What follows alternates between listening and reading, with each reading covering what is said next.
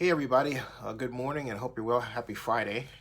Uh, Phillip Adams is the roughly 7 year NFL veteran who played for a number of organizations, the Raiders and the 49ers, two Bay Area organizations. And um, in subsequent years, he particularly recently fell on bad times and um, wound up doing something that caused him to end the life of family in North Carolina, excuse me, and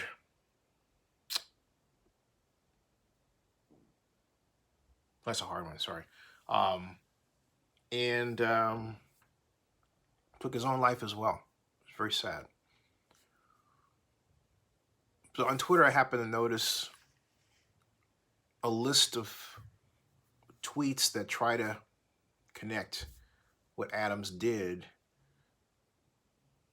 to race, but in a way where they're saying, well, no one's talking about this as a, you know, they're defending Black Lives Matter and everything. And I looked at these tweets and I thought that, frankly speaking, the people who wrote them were high.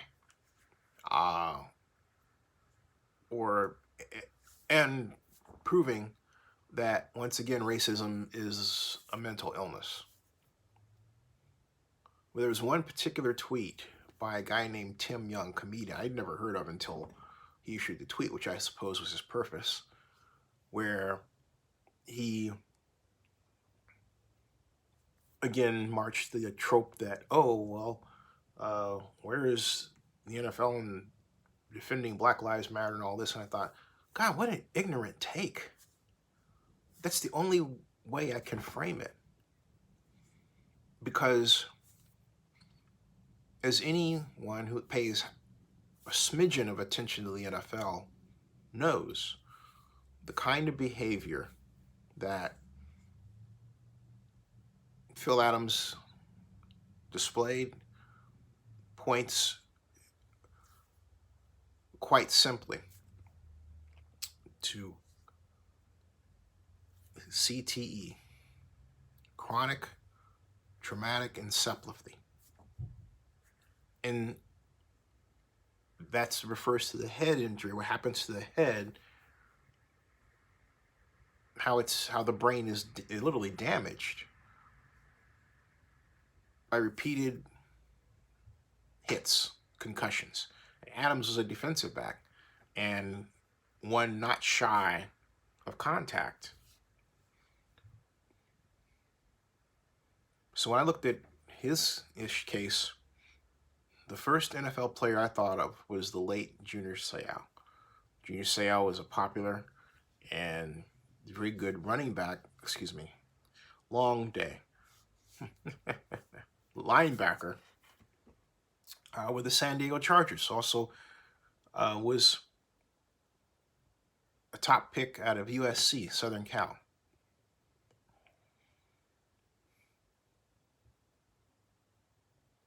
And shockingly, this once jovial, always kind person, by reports I had not had the pleasure of meeting him, even though I cover the league, elected to essentially terrify his own family and kill himself. He shot himself in the most horrible of ways. His death was related to CTE. There are a number of NFL players who are suffering, who are suffering from CTE, and they suffer in anonymity when, particularly with matters like this, it should always be a discussion of CTE and not race. Junior Seau is Latino. Phil Adams, Black. There are a number of players that experience behavioral shifts which seem to point to this. A number of people, including myself, thought that Antonio Brown had that issue at one point, and apparently he's gotten help and counseling. He takes a village for people to get through any type of health issue, but particularly this one. And right now, the village needs to help by once again pointing to CTE and calling for solutions and treatment. But to break this race issue is irresponsible is the kindest term I can use. I can think of others like stupid, ridiculous, irrelevant in particular is one, irrelevant.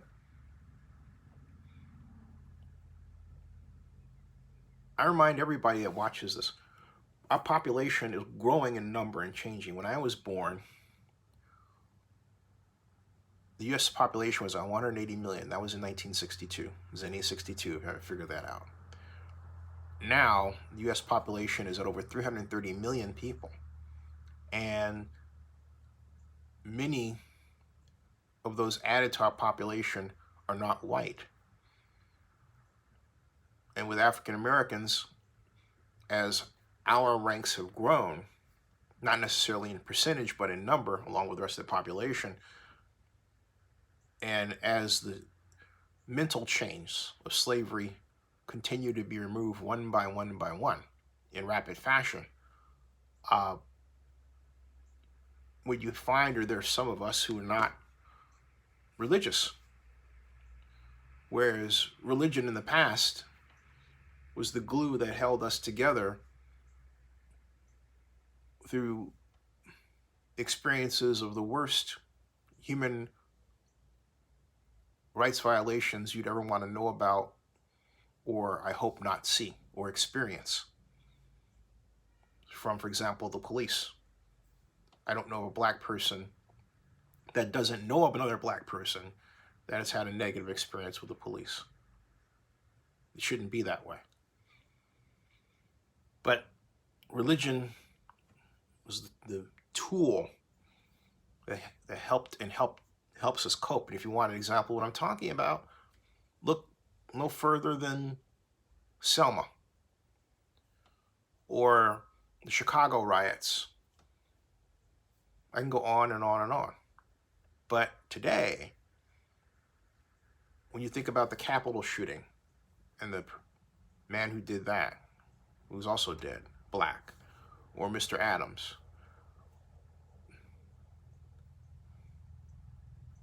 it's not clear that religion or having a base that kept their heads together was part of their lives. I'm not saying that reflects on their families at all.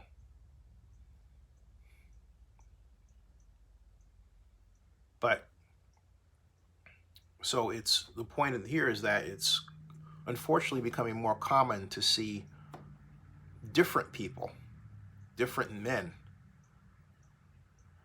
more to the point, take these actions, not just white men. And I don't think that means our society is necessarily better, because the action is still horrible. But in this instance, regarding what Phil Adams did, this was an obvious result of CTE. This was an obvious result of an NFL player who took repeated hits to his head, or I should say more accurately, allowed them to be done because he was hitting people on the playing field, combined with whatever other negative aspects of his life taken hold. He was living at his parents' house. That doesn't necessarily mean he was not well off. His parents may have been sick. You know, I'm here in Georgia for my mom. She'll be 87, God willing, this year. I'm the only child. I have to help her. That is my job. That is my obligation. Anybody else out there who's watching this, it's your obligation too, to look out for your parents, whether you want to or not. I got my mom to watch Iron Man last night. She loved it. You know, with the Robert Downey Jr. movie, the first one, classic. But I digress. But back to the main point. What Tim Young wrote was irresponsible. Okay, that's why I put his name in here. It was completely irresponsible. And today, we need less, how about no, race baiting, and we need more understanding. We need more intellectual thinking. We need more people who desire to think about a problem and find a workable solution. We don't need people who just want to fashion the conversational equivalent of electric cattle prod just to get somebody going. That doesn't help anybody, and it doesn't help Tim Young look good at all. So I pray for the family,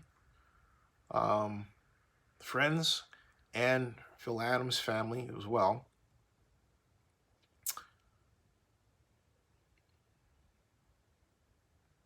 To overcome this horrible, horrible event. But I also call on the National Football League to give us updates on CTE research, treatment, and a plan that helps prevent, or at least makes it less likely that events like what Phil Adams did step forward. Now, you might be wondering, why doesn't the NFL issue a statement about this? And I believe it's because the NFL doesn't want it to be seen as tied to what Adams did for a whole host of reasons involving liability. But you mark my words, the signs of CTE are there, and eventually this will come up.